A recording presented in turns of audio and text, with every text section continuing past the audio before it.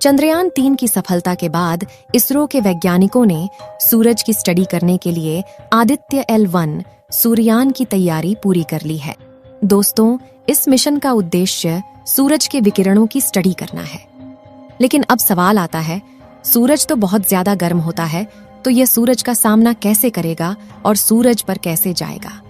तो हम जानकारी के लिए आपको बता दें कि हमारा सूर्ययान पृथ्वी से 10.5 लाख किलोमीटर दूर पर जाकर सूरज की स्टडी करेगा।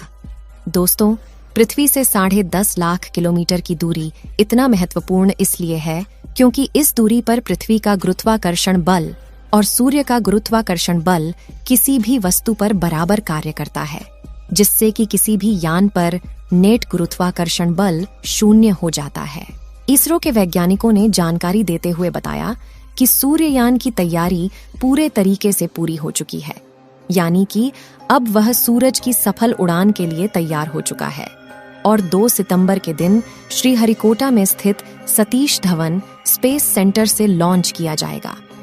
और सबसे बड़ी बात यह है कि हमारे भारत का यह पहला मिशन होने वाला है जो कि सूरज की तरफ जाकर सूर्य की स्टडी करेगा। दोस्तों, ये मिशन इतना भी आसान नहीं होने वाला है क्योंकि इसमें काफी ज्यादा पावरफुल रॉकेट का इस्तेमाल किया गया है। हालांकि बात करें तो नासा ने कई सूर्य मिशन कर लिए हैं, लेकिन ऐसी कौन सी चीज है जिसे खोजने के लिए भारत देश आदित्य मिशन को लॉन्च करने जा रहा है? जानने के लिए वीडियो में अंत तक अवश्य बने रहे। इसके लिए सबसे पहले आपको इस मिशन का उद्देश्य समझना होगा। आदित्य L1 मिशन को लैग्रेंजियन बिंदु पर भेजा जाना है।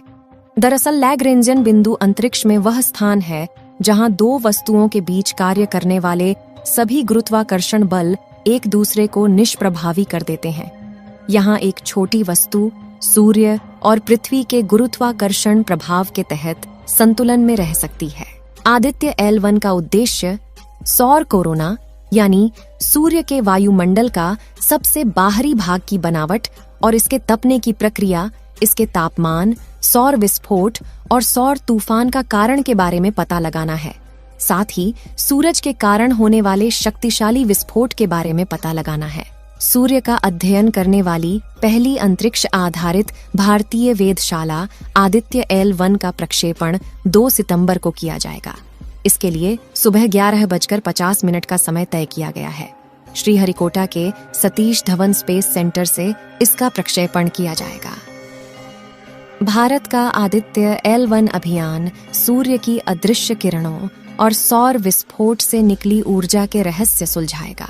इससे पहले इसरो ने मंगलवार को आदित्य L1 से लैस लॉन्च व्हीकल PSLV-C57 की तस्वीरें साझा की।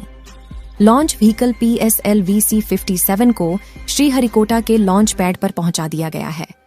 चंद्रयान 3 को चंद्रमा की सतह पर पहुंचने में 1.5 महीने लग गए थे।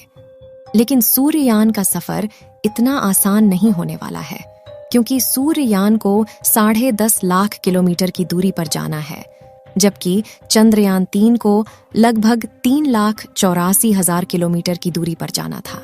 आदित्य L1 को लैग्रेंजियन बिंदु तक पहुंचने में करीब 4 महीने का समय लगेगा। इस दौरान यह 15 लाख किलोमीटर का सफर तय करेगा। चंद्रयान 3 की तरह यह भी अलग अलग कक्षाओं से गुजरकर अपने लक्ष्य तक पहुंचेगा, यानी आदित्य L1 को भी सीधे नहीं भेजा जाएगा।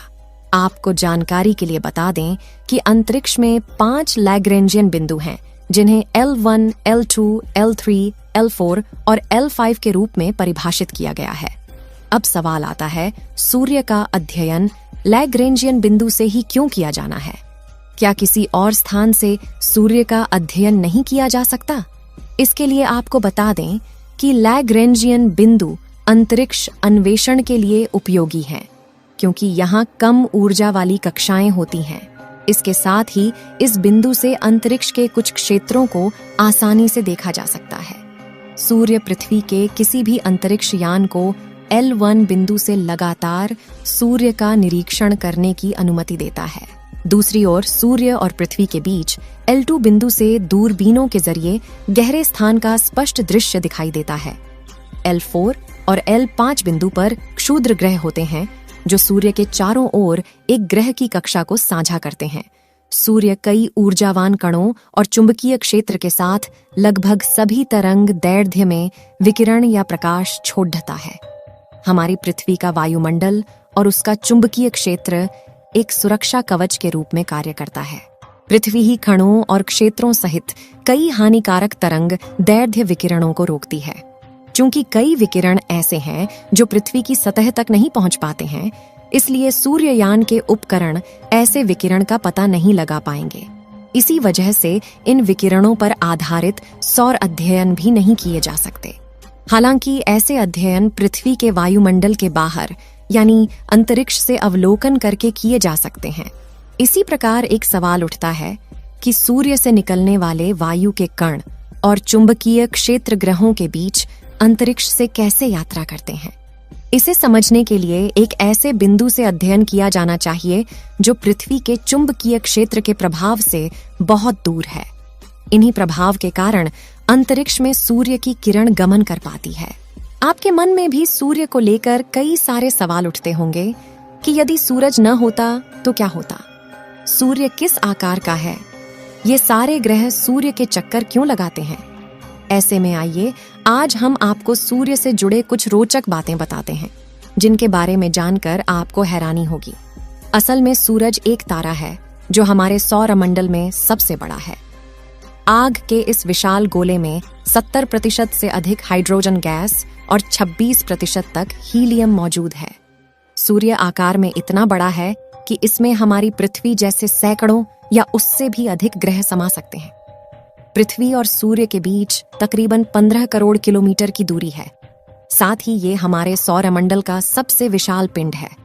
सूरज का व्यास करीब 13,90,000 किलोमीटर है।